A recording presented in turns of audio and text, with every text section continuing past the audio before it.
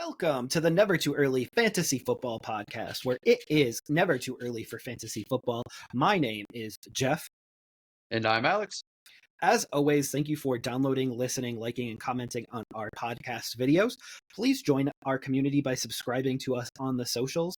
Our handle on all platforms is at N2EFantasy. We are also available on all major podcasting apps by searching N2EFantasy. Alex, what do we have on today's show? On this episode of the Never Too Early Fantasy Football Podcast, we are covering news from the Week 13 games, including injuries, recapping the matchups, and providing insights for fantasy players out there. So, we're going to be going through these matchups game by game, starting with the Thursday night matchup, which was the Seahawks at the Cowboys. Jeff, we both picked the Cowboys for this one, and we both got them right. However, it was a much closer game than I think either one of us anticipated. And we had some great quarterbacking going on both sides. Jeff, I'm sure you want to start first because I'm going to disagree with you probably on a certain topic here. So I'll let you go first. So Dak Prescott is currently on fire. He is one of the top MVP candidates currently in the 2023 season. He's just playing out of this world and this current moment. And I do believe that he's a top 5 NFL quarterback right now. Like, do I believe that he'll be a top 5 entering next year? No. But I believe right now in this season, he is a top 5 NFL quarterback. Charbonnet looked great until an injury hit him. He was contributing both in the run game and he got one reception, I think, for 39 yards. So it was a little more puzzling that he didn't have more receptions, more involvement in the passing game. But Seattle played this game very close to Dallas, which I believe that Geno actually played one of his best games of the season in a down season for Geno. So there is that. But of course, DK Metcalf decides to have one of the biggest games of the season of any wide receiver, having 3 touchdown grabs. When A, I'm playing against him in a few leagues, and B, I lost in the Guillotine League the week before. So he really just wanted to stick it to me the week after saying that. Also, CeeDee Lamb had a huge night as well. And I did notice that Brandon Cooks is coming on slowly, getting about 4 targets a game. And he's actually converting a good percentage of the targets that he's getting. Alex, what did I miss and what do you disagree with? Okay, so I will agree that I officially acknowledge Dak as playing top-level football at the quarterback position, and I think fantasy-wise, yes, he's top 3. He might finish the year even higher than that, which is crazy for me to think about. I will say that during this matchup, I thought both quarterbacks played very well. I thought Dak outdueled Geno on an accuracy standpoint. I thought Geno had a couple bad passes, but overall had a really good performance, and this is closer to the Geno of last year that we saw. I think that playing as well as he did against this Dallas defense shows a lot for Geno's caliber. The problem with him is he hasn't been very consistent. In this matchup, he was very off target when it came to passing to Jackson Smith and Jigba.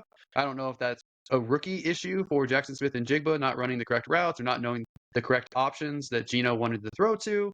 I do know that some of Geno's flaws in this matchup was not climbing the pocket and throw into passes. He threw some of his bad passes were off his back foot. He was trying his best Patrick Mahomes impression, and he is not the caliber to Patrick Mahomes to try to pull that off. He doesn't practice those throws like Mahomes does. So I thought those were some of his failings. And if he did those things a little bit differently, I think that the Seahawks would have pulled off an upset. They did not. I think it's interesting how these two teams' offenses kind of mirrored each other on every level. The rushing stats are almost the same, Charbonnet and Pollard. Like 19 rushes for 60, 20 rushes for 68. I thought that was very interesting between those two teams. So I think they're doing well limiting their opponents at rushing, and those two guys aren't quite as good as some of the other running backs in this league yet. I thought it was interesting DK Metcalf and CeeDee Lamb dominated at the receiving position for both teams. So I think it's also interesting for the Cowboys that Michael Gallup seems like an afterthrow in this offense, and it does seem like Brandon Cooks is right up there with Jake Ferguson as the secondary targets behind CeeDee Lamb. So keep that in mind. I will say, so with that Zach Charbonnet injury and with the already an injury to Kenneth Walker, it's looking like DJ Dallas might be a waiver wire pickup. because he might play. He might be the primary starter going into next week. So that's something to keep track of for those of you who are in need of running back help. Other than that, I thought Dallas played phenomenally, and I thought Dak did a really good job of winning in this really tough matchup.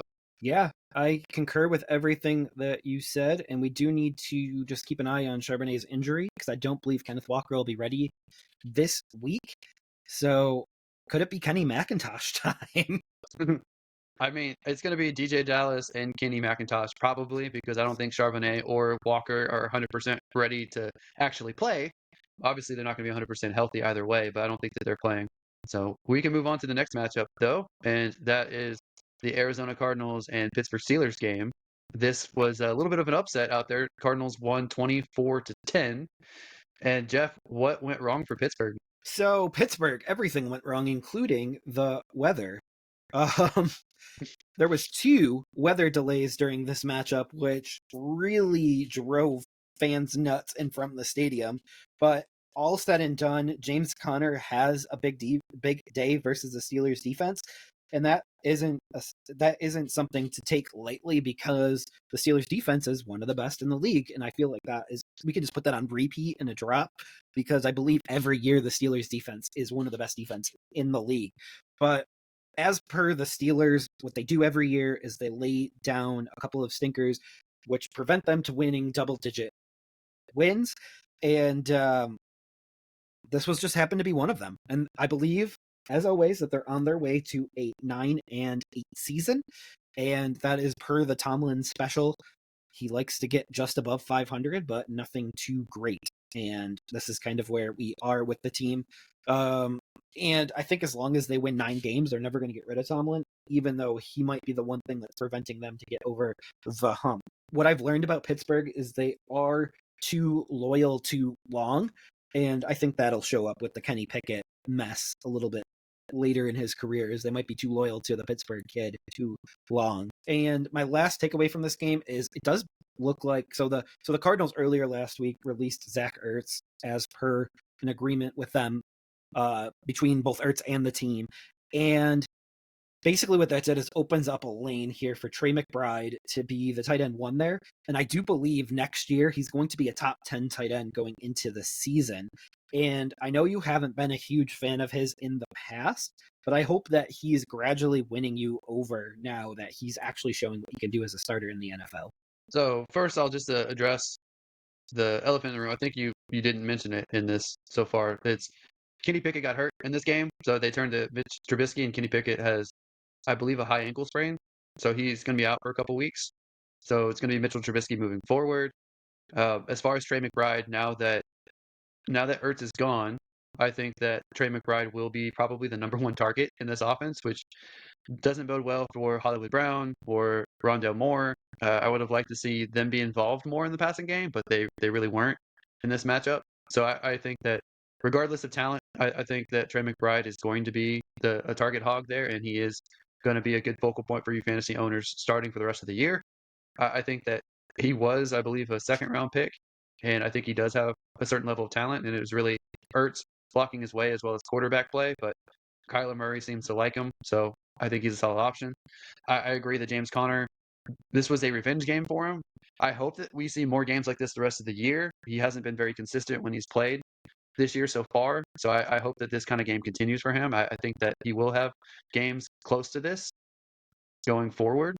As far as Kyler Murray, I don't think he actually played that well, but he didn't play bad football, and he didn't have turnovers, which is number 1 crucial thing, especially if you're going to have these close matchups. So Cardinals look better with him there. I just don't know if he's the guy for them. It's hard to turn away from him in fantasy moving forward, but I know we'll talk about it in the next episode. I believe the Cardinals are off this next week, so hopefully they continue to refine that offense and can finish strong for the year. Yeah, for sure. Anything else you want to add to this? Don't want to delay this one any longer. I would love to see Michael Wilson whenever he comes back. So that's it for me. I mean, I would love to see him and Kyler together. I just want to see what that looks like. But without further delay, we can move on to the Falcons at the Jets here. And this is where you're going to pick up the first win of the week on me, because you picked the Falcons and I picked the Jets. You can't at the end of the day, you can't really feel great about picking the Falcons in this one. This one was not a great game overall. Like, I wouldn't have felt great about picking the Jets in this game, and the Jets would have won. So, It was going to be a low-scoring game regardless, and it was going to be ugly, and they won ugly. That's for sure. give me your takeaways on this one. So the Falcons won this game 13-8. So offensive powerhouses right here. I thought that Ritter did just good enough, kind of like Kyler did in the previous matchup. Ritter did just good enough against a quality defense. Tim Boyle is no better than Zach Wilson, and I think the Jets are in no man's land. I don't think that they make the playoffs. I don't think Aaron Rodgers is coming back because they won't make the playoffs. So this team is kind of out of luck here, and all you Brees Hall fans out there, y'all have to be disappointed over the last few weeks. I know, Jeff, you're big on Brees Hall's talent. It just hasn't materialized with how abysmal this offense has been. Bijan was the lead guy. I would like to see more of him being the lead guy. I don't know why they keep giving carries to Cordarrelle Patterson when they have Bijan and Algier. That makes no sense to me, as well as it's random. I feel like every week who's going to be the leading receiver for this game, for these games for the Falcons, and this time was Kyle Pitts. So Kyle Pitts sighting, it was only 4 receptions for 51 yards, and Nicole Pruitt got the lone touchdown, so that helps nobody. It's gonna be ugly going forward, but the Falcons have players who can help them win if their coaching gets them in the right positions. So we'll see about that. The Jets, I think, I just you can't really trust anyone on the Jets going forward either. So that's all I had on this matchup. The only things that I will say on this is I have no idea who's going to be starting for the Jets going forward. They've released Boyle, so Wilson doesn't seem like he wants to start for them. Like, does that leave Simeon the default starter next week? I mean, they could have picked up Joe Flacco, who has experience with the Jets, and they let him go to Cleveland. So I think that's on them. Honestly, I don't feel sorry for them at all. I feel sorry for their fans, but I don't feel sorry for the team. Yeah, and then I think that Bijan and Hall are on such disappointing teams right now, and their talent is great. I do wonder if this depresses their 2024 stock, and I really hope it does because I will scoop them both up. But entering this year, I know I was very vocal about this, and maybe you were too, but I believe Bijan was very overdrafted as a first rounder, as a rookie, when we didn't even know what his floor and his ceiling were with the Falcons.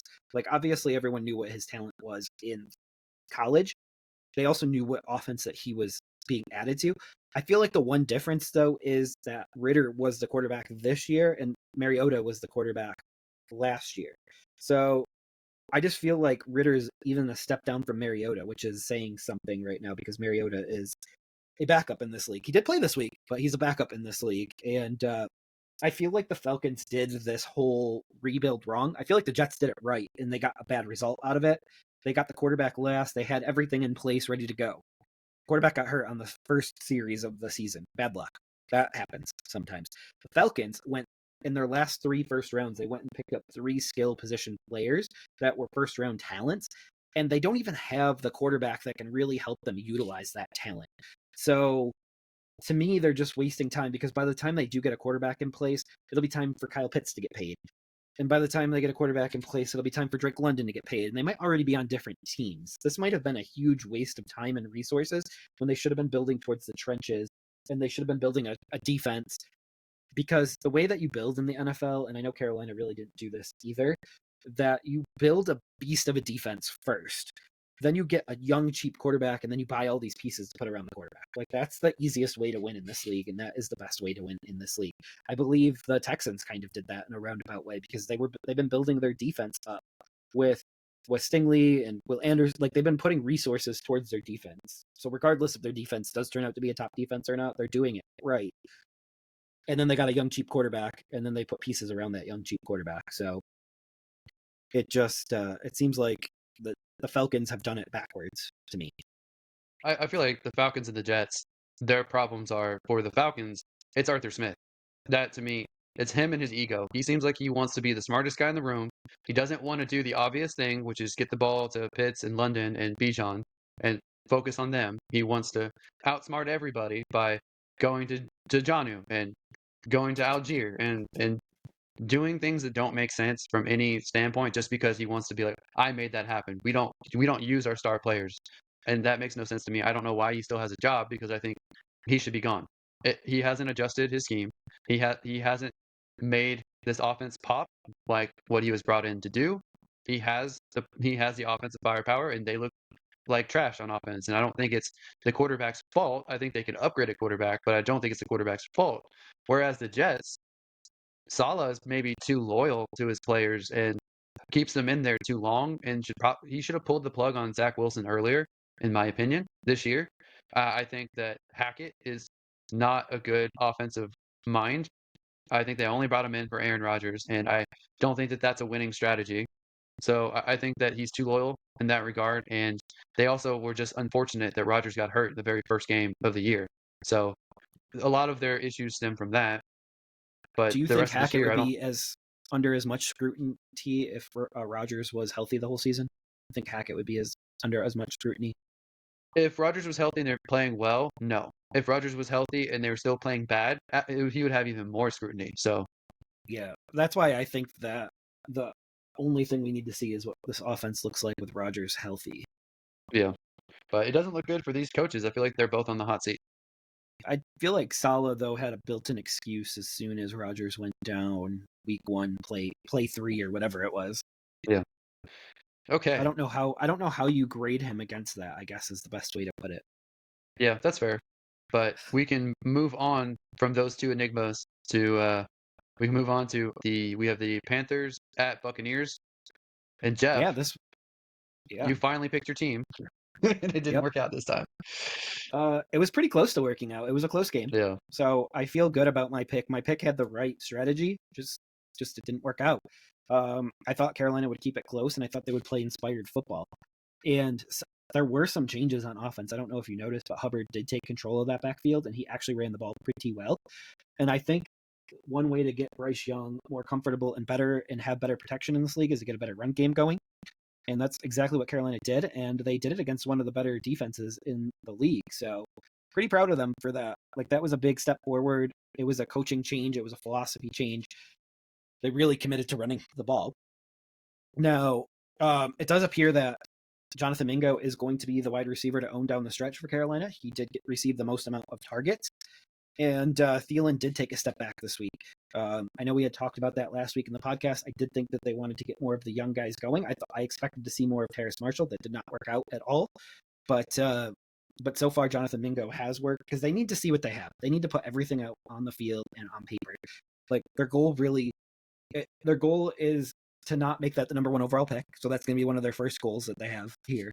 But number 2 is to see what they have currently with this team, because this team is going to face massive turnover in this offseason. Like, I could see them trading Brian Burns. I could see them trading pieces that that aren't going to be useful in the years to come without getting something different. So this team has a chance to look completely different next year. And then Rachaad White continues to have a great year. Like, he is such a success story in the NFL right now. I really liked him going into this year. I backed off of him a bit, and I don't really know why I did that. But he's having a great year. And then I know we talk about this every week, and we're going to stop talking about it right now, but Mike Evans eclipses the 1,000-yard mark for his 10th straight year. So it's not going to come down to the wire. Will he, won't he? He did it. And kudos to Mike Evans. He is going to be a free agent to enter this offseason, but I would not be surprised one bit if the Buccaneers threw the franchise tag on one of their franchise cornerstones. Anything I missed in that matchup, Alex? This is another one that you picked up on me. Yeah, so I did pick Tampa Bay, and part of that is because of Mike Evans. He had 7 catches for 162 yards and a touchdown off the 12 targets. I think he's a beast. He has reached 1,000 yards for the 10th season in a row in all 10 seasons he's been in the league. I thought that they could have had a bigger lead over the Panthers, but I will give the Panthers props. Like you said with Hubbard, he had 104 yards and 2 touchdowns off of 25 rushes.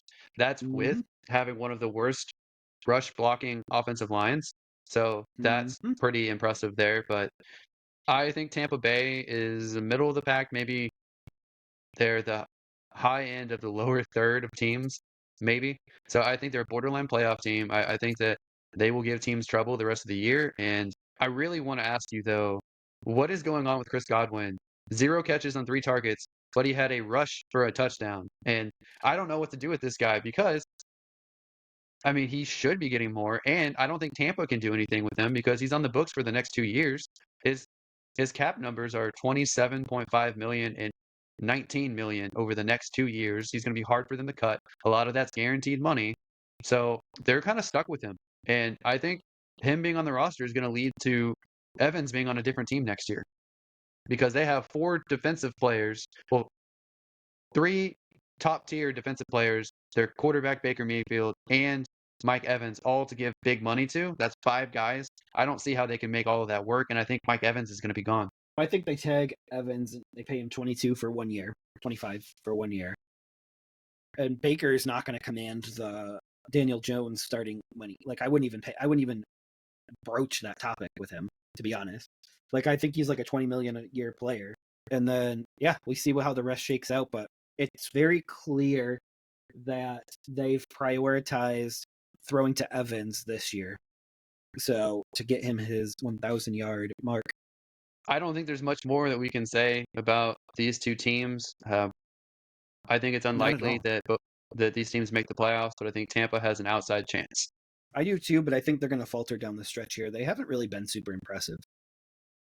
Yep, and we can talk about that. We're going to talk about that in the next episode. And so, in addition to our Week 14 primer, we're also going to do our playoff projections at this point in the year, and we can talk about a bunch of these teams and what teams we think falter and what teams have a chance to make the playoffs, and we'll bicker over our differences. So, you guys stay tuned for that next episode. But we are going to keep chugging along, and we have the Lions at the Saints. We both got this one correct. We both picked the Lions, and they won in a very competitive 33-28 matchup.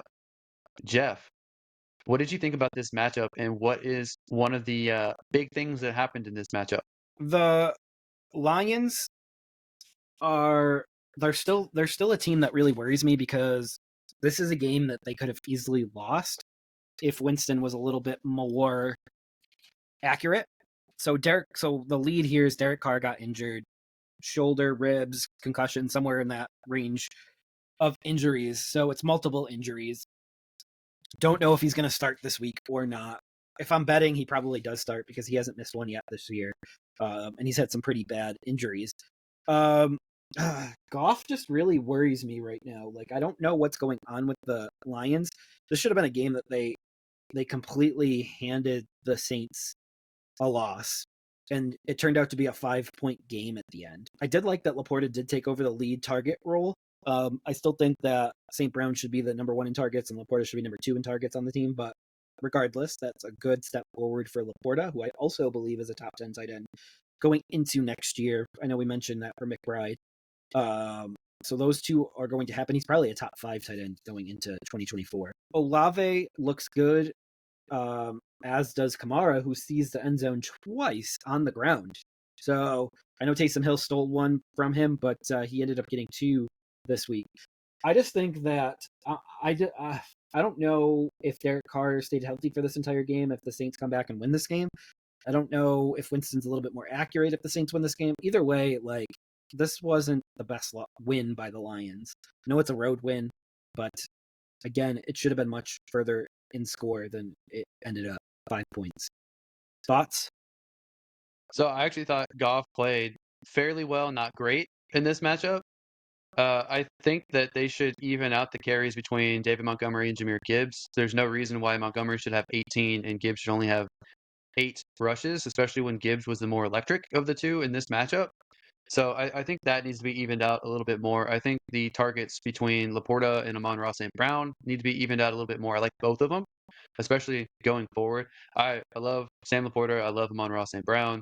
I would like to see more Jameson Williams and a little bit less Josh Reynolds. So those are things on the Lions I'd like to see better. I know that the Saints have a fairly decent defense, so I can understand a little bit of struggle from Jared Goff and a little bit of struggle on the ground. For the Saints, I feel like the Saints are a team without identity because they paid all this money for Derek Carr.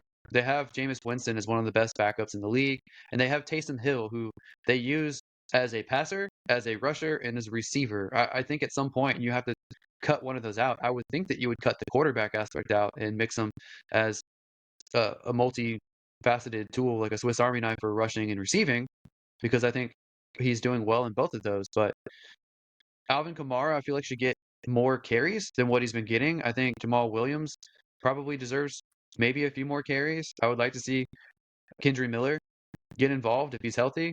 I like that Olave is the number one receiver there. I would like to see A.T. Perry get more catches, especially because Thomas is out. I don't know why we're involving at the tight end position Foster Moreau, Taysom Hill, Jimmy Graham, and Jawan Johnson all. That's a little crowded for me. I don't think Foster Moreau is as good as the other three that I named. I don't think Jimmy Graham has been anything more than a short yardage guy. So it's hard to trust the tight ends in the fantasy position. It's hard to trust anyone in the wide receiver spot right now outside of Olave. So I feel like Olave, Kamara, Taysom Hill, those three are the guys that you could trust more, but the other guys all just compete with each other. And I don't think that that's good. And I don't think that the quarterback situation is the best situation for the Saints because they can't just choose and they can't figure out what they are. It's a better roster talent than their record. Completely agree with that. I think the Saints defense though is overrated. Like I just don't feel like they've been as good this back half of the season as they were to start off the year. Well, they're not really controlling games, and that ties No. into it. But I agree. I Yeah. expected more out of them at this point. Yeah, over the last so since week 9, they've been the 25th defense in fantasy. Not only not good, it's bottom 8 in the league. Yeah. Okay. Well, both these teams need to figure some things out if they have any hope of making the playoffs, or at least being, the top of their divisions going into the playoffs. So hopefully they get those straightened out. But we can move on to two more teams trying to fight to get into the playoffs, and that is the Indianapolis Colts at the Tennessee Titans. This is one where we both got right. We both picked the Colts. I was rooting for the Titans, though, so I was hoping to be wrong because that would help my Texans. So the Titans almost pulled it off. It was a 31-28 victory for the Colts in overtime. So the Titans nearly pulled off the win in this one. But Shane Steichen and Gardner Minshew and this Colts offense pulled it out. Jeff, you've been huge on Gardner Minshew all season long. Why don't you start with this one? Oh boy, so Minshew actually looked really good in this game, and it does look like he is leading the Colts to a playoff race at the very least, if not a playoff berth. So if he leads, so work with me here for a minute. If he leads the Colts to a playoff berth and they go far in the playoffs here, what do you do with Minshew next year? You trade him for 2 first-round picks. He's a free agent. You franchise tag him and trade him for 2 first-round picks. But You've already remember, invested in Richardson. Richardson got hurt. It's not like he played terrible. I don't think Minshew's going to be your future. Yeah, I don't think they would be 7-5 with Richardson. That's my thought. That's fair. You remember back to the off season when I said that I would have loved Carolina to go after Gardner Minshew as like a 1-year starter. I feel like it would have worked out better for us. Like I feel like Thielen is a very good receiver for Minshew, so I feel like that would have been a good combo as well. I just don't know why Carolina did what Carolina did, but especially when there was somebody like Minshew out there that is capable of playing and winning games. So I count this as a Minshew win, right? No credit to Shane Steichen, the head coach, who came from Philly. I mean, he wasn't on the field though, executing the plays. You have to give credit to the guy executing the plays, even if the guy scripting it did a great job. I wonder if this game turned out differently if two things didn't happen, if Henry didn't get injured, because he was on a roll before that. And I also wonder if their punter didn't get injured, if that kick would have been different that they had missed in regulation. Or that was in regulation, right, that they missed? Or was that overtime that they missed? I think it was in regulation. Okay. So because Nick Folk had 2 punts. So that kind of, it does seem like they're in a playoff spot for now, and it does seem like they have a pretty easy schedule down the stretch as well. So we'll see what happens there. That last game of the season, who do they have the last game of the season, Alex? The Colts? They have the Houston Texans, so that might be a huge game at the end of the year. For playoff.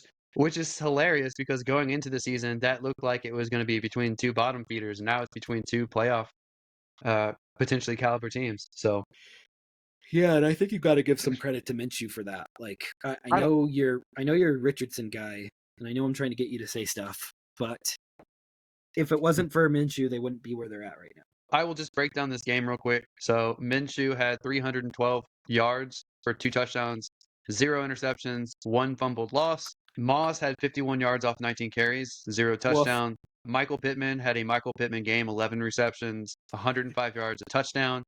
He's Alec a beast. Pierce showed up for the first time this season with 3 receptions for 100 yards and a touchdown. Even Kylan Granson showed up with 72 yards off 3 receptions. So big passing game for the Colts here. And for the Titans, they were competitive. Will Levis had 224 yards and a touchdown, 0 interceptions, also a fumble loss, just like Minshew. Derrick Henry had 102 yards rushing off 21 carries, 2 touchdowns. Tyjae Spears picked up where Henry left off, had 75 yards off 16 rushes. They were almost identical. Tyjae Spears did not get a touchdown in this one. DeAndre Hopkins, 5 receptions, 75 yards, and a touchdown. Even Chig O, the tight end, had 62 yards off 3 receptions. So it was very competitive. I think that one, Derrick Henry had one of his better games of the season, but I think that a lot of it has to do with the Titans fixing their offensive line, having Will Levis at quarterback who can make deep ball throws down the field. I don't think that Tannehill can consistently get the ball down the field like Levis can, so that opens it up for the ground game. And I think that honestly, Tyjae Spears is getting closer and closer to the 1B to Derrick Henry's 1A, and I know that that sounds crazy to people, but that's the way it looks to me of late. For the Colts, I think Gardner Minshew has played better than expectations for most people, even me, and I have previously liked Gardner Minshew, but I like Richardson more for a long-term franchise starting quarterback for his upside. Will he ever get to a top quarterback spot? I don't know, but I think he has the talent. But I think Gardner Minshew is a good quarterback for win now teams. So I think that I agree with you that if the Panthers went after a veteran like Gardner Minshew, I think that they could have used their draft capital to retool their team and potentially push for a very weak NFC South conference or division, I should say.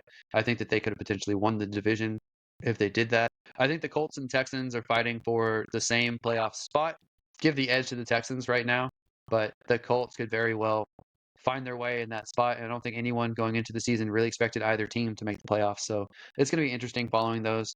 Jeff, the Titans, they sit at a 4-8 record. Is this where you thought they would be? I know you're higher on the Titans going into the season, but I tried to tell you they weren't as good as they have been the last 2 seasons. I mean, everything that I had said was based around Ryan Tannehill playing Mm-hmm.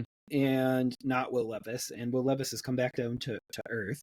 I feel like that does change my opinion a bit. If you told me a rookie was playing this entire year, I feel like they would be exactly where they are right now. And I feel like the Colts would be very close to where they are right now with a rookie starting the entire year.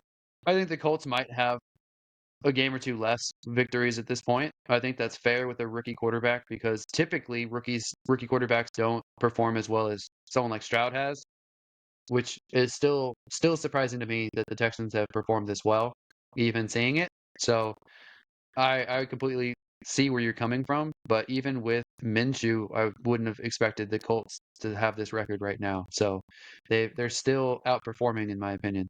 Yeah, But we I can agree. certainly move on from this one, and we can certainly elaborate more in the next episode when we talk about our playoff projections. So let's move on to the best soccer match of the weekend, and that is the Los Angeles Chargers at the New England Patriots. The Chargers won 6-0, exactly like we predicted. We did pick both of us did pick the Chargers, but neither one of us thought it'd be this low scoring. Jeff, which team do you feel most which team do you feel like is in the worst situation, honestly? Because I know the record for the Patriots is bad, but we had low expectations for them. We had higher expectations for the Chargers, and they have dramatically underperformed. Which team do you think is in the worst spot? Boy, this was not a pretty game. Obviously, the Patriots defense. I will never discredit a Patriots defense. I believe that they're one of the best every year. So I believe Thursday night this week, everyone should smash the under on the Patriots and Steelers game. Just hit the under on a Trubisky and I'm assuming Bailey Zappi game. Stevenson's injured, so everyone should grab Elliott if they can.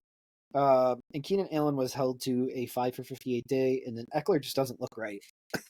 I think the one thing that Bill Belichick does well on defense is he does single out the number one weapon, and tries to completely eliminate them from the game. And I think a 5 for 58 day basically spells that out, that he made Keenan Allen the guy that he was going to single out.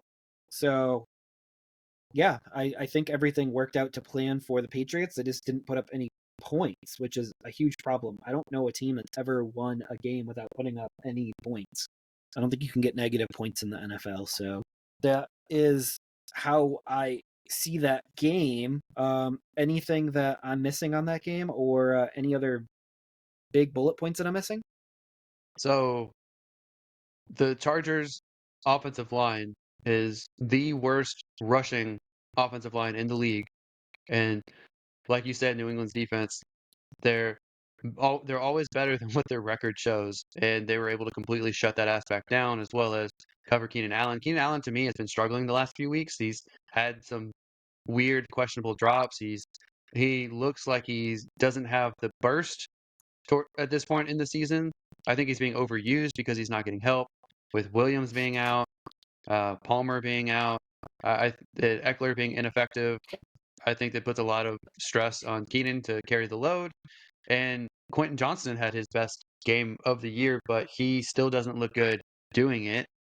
5 receptions for 52 yards off 7 targets, but he hasn't been that field stretching receiving option that they hoped for. And I know he's still in development, but at this point, I'm panicking if I'm the Chargers. Obviously, I don't think that they make the playoffs this year. I think New England's the bottom dwelling team because of how abysmal their offense is.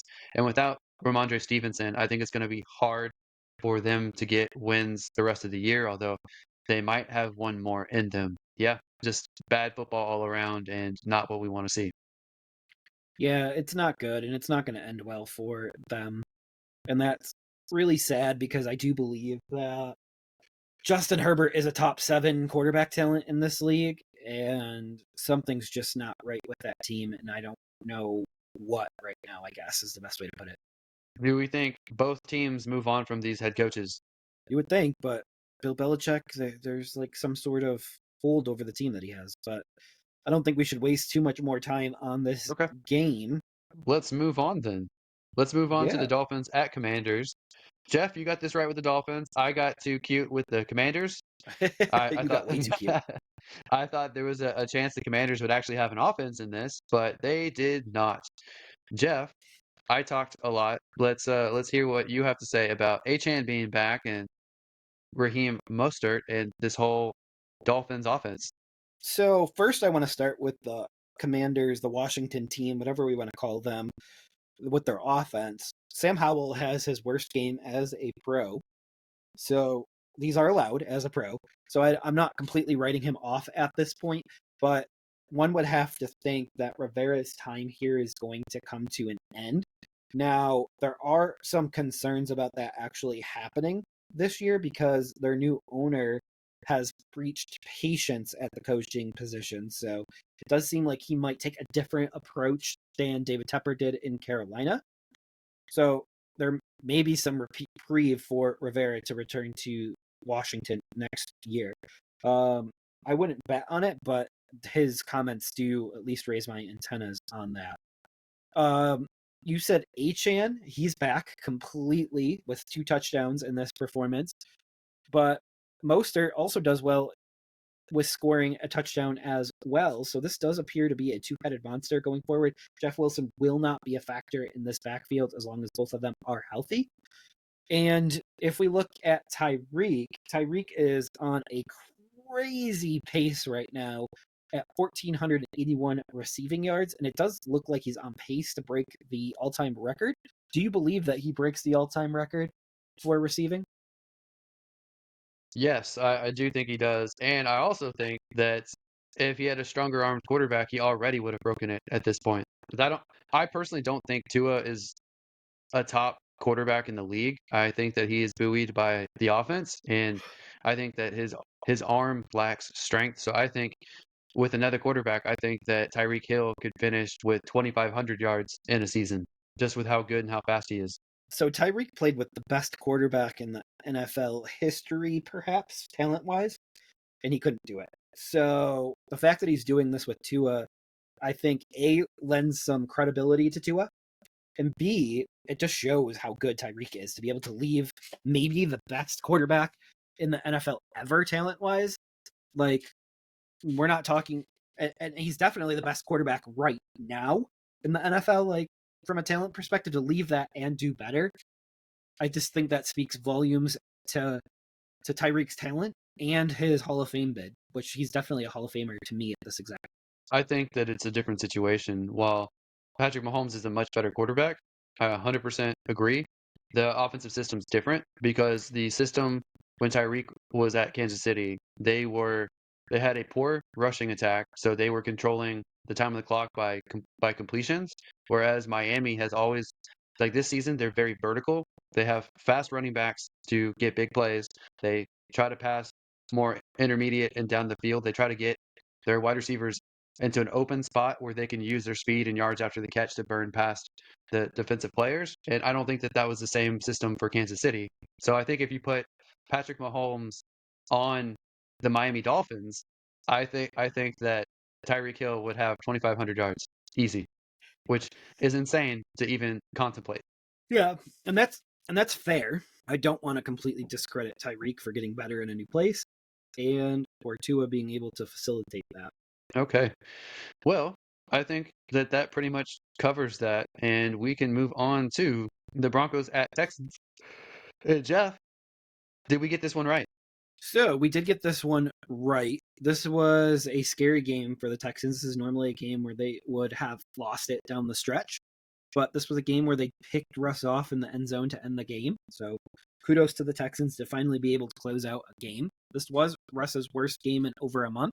Stroud also took a step back in this game, overall from a statistical standpoint, and no running back in this game had over 46 yards, which I see as a huge problem in the NFL right now. With no one consistently running the football, getting a rhythm going to be able to pass the ball better in the NFL right now. Like, there's very few teams that do that on a very well. Nico Collins and Sutton's are the top options for both teams right now, and I do believe that they're both must starts going forward. And the last bit here is some sad news that we've lost Tank Dell for the season. This was always my biggest concern with Tank, is he's a smaller guy, more fragile. Now, I don't understand why the Texans in their right mind would ever put him in a run blocking play. Like, to me, that is setting him up for failure. I couldn't imagine the Dolphins that we just got done talking about putting Tyreek into run block on the goal line. Like, I know Tank's a rookie, but he's a rookie that provided something different for this offense than any of the other weapons can provide at this exact moment. And the Texans may have just cost themselves a shot at a deep playoff run with their with and Dell wasn't even 100% going into this. So they're putting an injured Dell in at the goal line to run block. It sounds so asinine to me, and I don't know if there's a better word for it than that. I'm going to let you continue my rant because I'm sure you feel the same way that I feel, but that's how I feel. Yeah, Tank Dell is one of my favorite wide receivers going into this draft. He is from U of H, which is where I went to school, drafted by the Texans, which are my team. I liked his game film. Yes, he's always been on the smaller side. He looks like a twig when you look at him, and him being in a run block situation makes zero sense, especially how he was positioned in there. It's one thing if you're out wide against a DB, it's another thing when you're in a goal line formation against linebackers and defensive linemen. Why would you have someone who looks like he's 160 pounds going against a 250-pound player? And he got rolled up from behind, snapped his leg. So, no, I'm not happy about that. I think that was a poor situation. I think that hopefully they learned from that and they'll never put him in that situation again. As far as the running back situation, I don't know what to make of it at this point because Dameon Pierce had more rushes. He had 15 rushes to Singletary's 8. He also had the longest rush of 22 yards compared to Singletary, who had a 14-yarder. Dameon Pierce also had the touchdown, but his average was only 2.7 yards per carry, whereas Singletary was 4.5. So I think that that should have been evened out a little bit more. Without Schultz there, without Tank Dell getting catches, Nico Collins dominated 9 receptions for 191 yards and a touchdown off 12 targets. So Nico Collins is finally proving people right who have been talking about him the last 2 years as a sleeper. He finally has showcased. And Brevin Jordan filled in admirably for Schultz. I think that when Schultz comes back, it'll be Nico Collins, Schultz, and then maybe Brevin and 2 tight end formations might do better than some of the other wide receivers like John Mechie, who I think needs to step up. Otherwise, he's been kind of a wasted pick. I think that Robert Woods needs to do something. However, I think Noah Brown, he was back in this matchup, but he wasn't 100%. I think that he'll get involved a little bit more. So I look for Nico Collins to be the overwhelming favorite target of CJ down the stretch, and everyone else probably getting a little piece of the pie too. But the running back situation is still something that we need to watch. CJ Stroud got knocked out for a few plays. Um, I think that technically that he only missed one throw. So Davis Mills filled in, got one throw, one completion.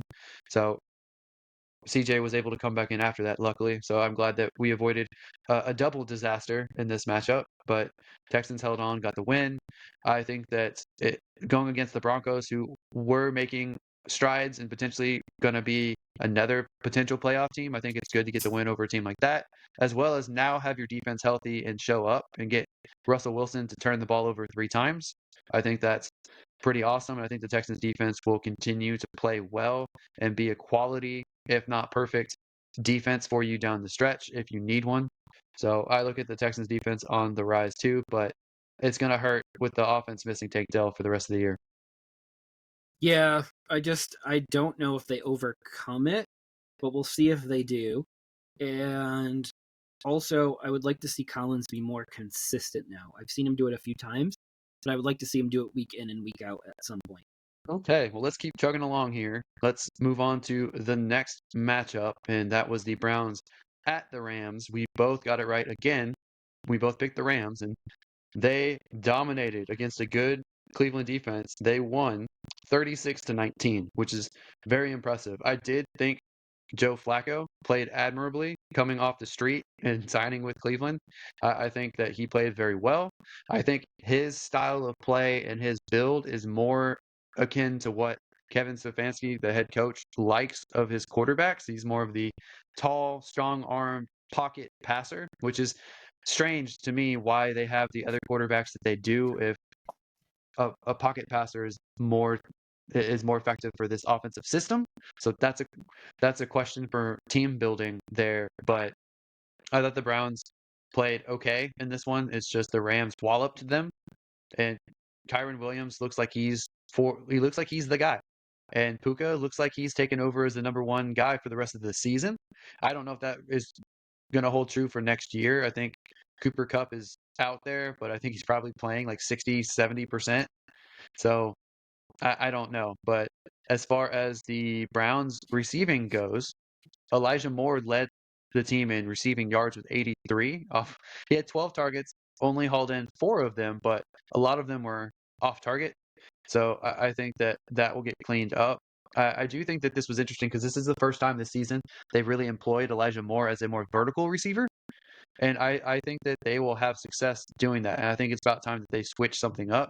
Amari Cooper did have an injury scare in this one. We'll keep an eye on it and make sure that he is playing for this coming week. I would think that he does, not 100% sure at this point, but I would like to see more vertical routes for Elijah Moore. I'd like to see more across the middle routes for Amari Cooper, kind of have him in a slot role and move him around like a Keenan Allen or a Amon-Ra St. Brown type. I think that he should be that at this point. And Cedric Tillman should come as a third wide receiver and 3 wide receiver sets. I think that's their optimal lineup with David Njoku. I think he should get more targets than he did. He only had 2 catches off of 6 targets. I think that will improve as he builds a connection with Flacco. So hopefully Flacco improves on this week and can keep the Cleveland Browns in playoff contention and get this offense clicking. Jeff, have I said enough? Did I miss anything? What were your thoughts? You didn't miss much, but I do have a question for you. Do you believe the Rams are better than you thought they were to enter the year? Sure. Because you were very down on them. I think that they have a good shot to actually make the playoffs, which is what you predicted. I don't think, however, that they are going to get a playoff win if they do make the playoffs. Yeah, I don't believe that either, because I don't think they have enough talent right now. But their young talent has actually performed, which is exciting, because that means one more year under their belt next year. But Stafford played one of his best games against one of the best defenses in the league, so I feel like that's a pretty big deal. Yeah, it's interesting to me that 100%. how the Rams have built their team because they spent a lot of high picks on defensive players, and then they traded a lot of high picks for Matthew Stafford, a veteran quarterback, and a lot of their offensive talent has been mid to late round picks, but they have just scouted so well that these guys have performed at a tremendous level, especially Puka and Kyron Williams this season. And I think Cooper Kupp was a mid round pick when Jeff Fisher was the head coach with the Rams. So their scouting department has done them wonders this year in maximizing off the little draft capital they had this season. So kudos to them. That's another way to build your roster, I guess. Yeah, I mean, and we got to start trusting their scouting. And so, does that mean not to give up on Zach Evans now? Like, he could be someone that produces next year, kind of like Kyron Williams took a year. Potentially, yeah. But he's someone I still view as a dynasty stash. I don't know if he'll ever be useful this season, but he's someone that I would definitely still keep just to see what happens next year. Fair enough. Fair enough. All right, but we are both right on that pick, so those are always our most fun picks. Um, now we move on to the times where we were wrong. And we have the 49ers at the Eagles. And if you don't mind, Alex, I will start with this one. Go for it. The 49ers spanked the Eagles in this one, and they do appear to be the alpha of the NFC right now. When you get blowout wins like this, especially on the road, I feel like there is a statement in that. Purdy is firmly in the MVP conversation along with Dak Prescott. He adds 4 more touchdown passes in here. His only bad games and his only losses came directly during and after the concussion. I don't know if you've noticed that, but I did notice that. Everything else has been, every other start last year, this year has been stellar by Purdy. So I do think there was something there with the injury, and I'm going to give him a mulligan on that one because there has been no other blips on the radar of downtimes in his career. Hurts got better at spreading the ball around to both Brown and Smith in this one. This is something I would love to see the Eagles do going forward. Don't know how Goddard mixes into that going forward because I do believe Goddard is maybe a week away from returning, maybe even as early as this week. Was there anything I missed in this matchup here other than we got it wrong? We both picked the Eagles. So Jalen Hurts missed some time because he was being evaluated for a possible concussion. He was able to return, so it looks like he did not have a concussion. But I thought the Eagles defense was going to be better than what it was, and it looks like they're having all kinds of issues. And I think that the 49ers, on the other hand, had an exceptional defensive showing in this matchup. I thought that they might have been able to get more sacks than just the 3 that they got, but they completely shut down Philadelphia's rushing game, which is Philadelphia's strength this season. So that was a surprise for me. I thought that Philadelphia would do better on both their rushing side and their defense, and I think that was some other crucial factors to why the 49ers won as big as they did. Um, I agree with you that the 49ers look like the number 1 team in the NFC, and I expect that to remain true for the rest of the season. Oh, right. Are you still feeling confident that the Lions have a shot to beat the Niners, or is that a little more shaken now that you see how complete of a team the 49ers are right Oh man, I think regular season wise, I think that the Niners have the edge. I think that the Lions have some grit to them, but I think the 49ers have such a dominant team, it will be hard to overcome. I'm not saying there's zero chance. I just think it's more favorable for the Niners at this point. I would probably say 60-40 Niners. I think that's fair given it's the NFL, it's professional football, and things happen. now? Oh, right. I'm good with that game. If you are, we can move on to the 2 primetime games. Okay, we can move on to our next surprise. We both picked the Chiefs, and the Chiefs were upset by the Green Bay Packers. This is another team, Jeff, that you were higher on Green Bay going into the season than I was, and here they are after this game at 6-6 for their record. How do you feel about Green Bay, and do you think that there's a problem with Kansas City? Do you think I Kansas do, and City I struggles? do.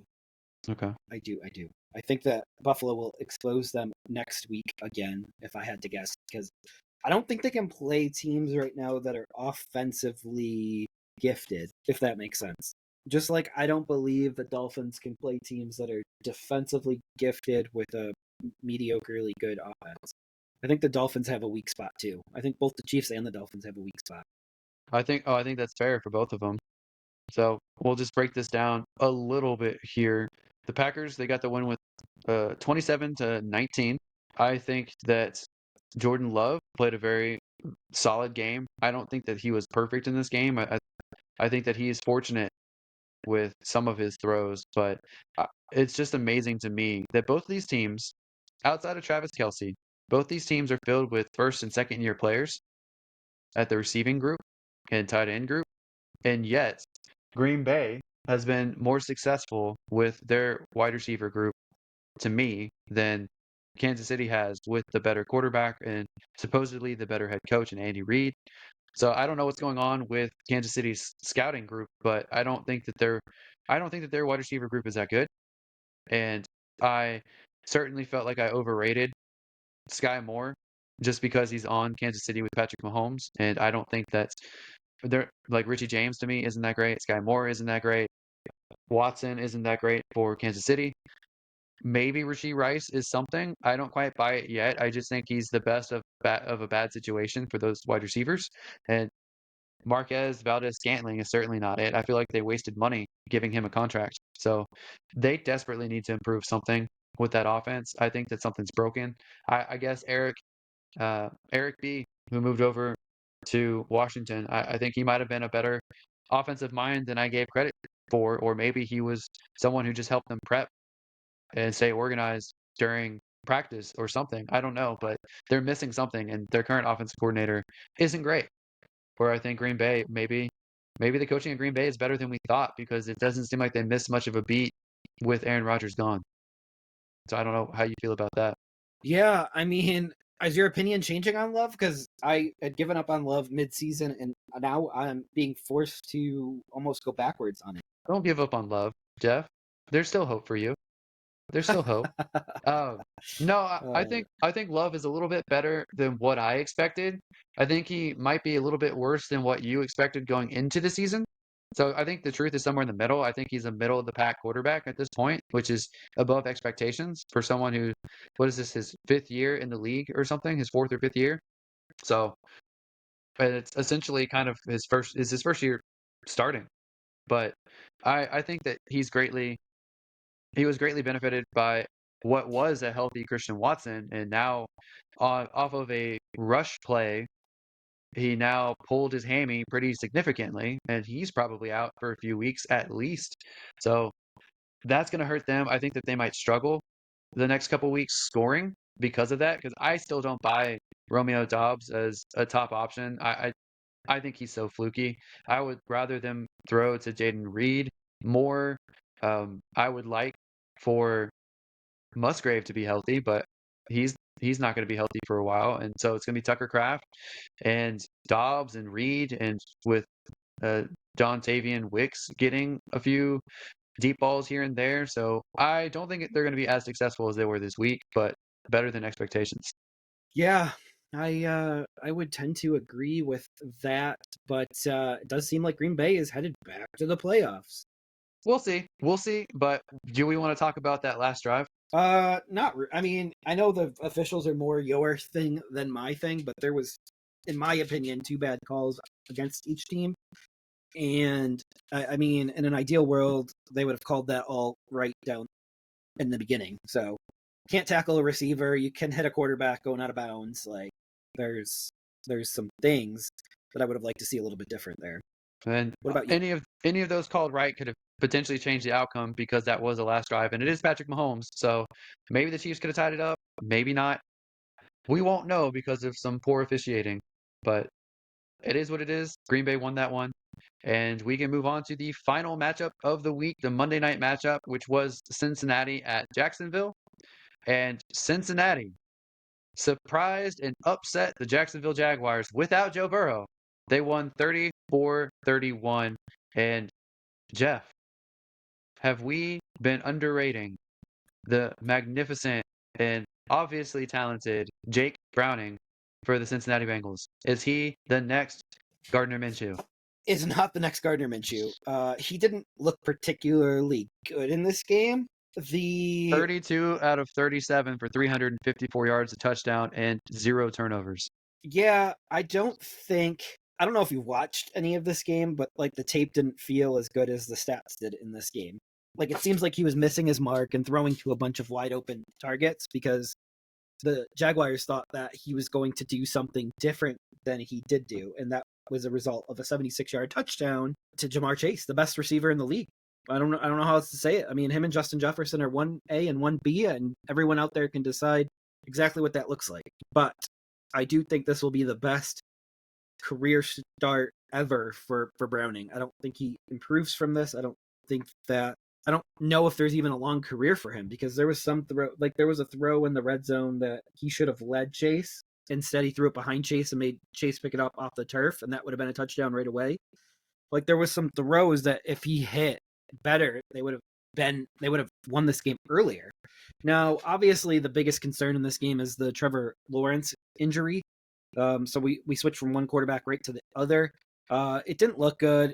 There's been decent reports that have come out of this. Christian Kirk was also injured in this game. So that made Evan Ingram lead Jacksonville with 9 catches, 82 yards, and a touchdown. Ridley was not as involved as I would have liked him in this game, especially after Kirk going down. I think you need both of them in the game for them both to be effective at this point, because once one goes down, you can focus coverage on the other. So I do think that's a situation where the sum is better than the individual parts. And Mixon surprised us with 2 rushing touchdowns. He almost had a third also. I think Browning took that rushing touchdown for himself, if I'm not mistaken. But Chase ended up with 11 catches, 149, and a touchdown, which I know we were all afraid of what Chase would look like with Browning. But if they pepper him with this amount of targets, there's a good chance that he's going to have a 100-yard game every week, and he's going to be the leading receiver for the Bengals going forward. Anything I missed on this matchup? We're both wrong again here. So I agree with you. I don't think Chase Browning is ever going to have a game like this again. And I think that Trevor Lawrence, it's looking like they're going to have him play this next week. I don't know how effective he's going to be. It's always a risk. But I will say that with Christian Kirk going down, likely to miss a week or two, it may be worth it for you guys to pick up Zay Jones or Parker Washington in the waiver wires. I think Parker Washington is someone that I liked going into the draft, and he was a 6th-round pick for Jacksonville, was put in a deep wide receiver group, but now he has a chance to do something. Zay Jones is healthy again. He should be a good option for them as well, especially if they're not using Ridley how they should. So those guys could be wide receiver 3 or flex fill-ins for you, especially those of you guys who are desperate at the wide receiver position. Joe Mixon had a good week, and I was not expecting that at all. And I don't think either one of us was expecting Jacksonville's defense to be as abysmal as they were. 0 sacks and 0 turnovers. And It was bad. seemed like they struggled against Jake Browning. So I don't think bad. Jacksonville's a defense that you guys want to rely on the rest of the season. All right, folks. Well, that does it for another episode of the Never Too Early Fantasy Football Podcast. Thank you all for downloading and listening to this episode. And please don't forget to like and subscribe. Please leave us a comment. Share the show. Every little bit helps. You can find us on all podcasting apps by searching N2EFantasy and with our handle at N2EFantasy on all social media platforms. Please join our community and give us a follow. Until next time, take care of yourselves, and remember, it's truly never too early for fantasy football. Thank you again. Bye, everybody.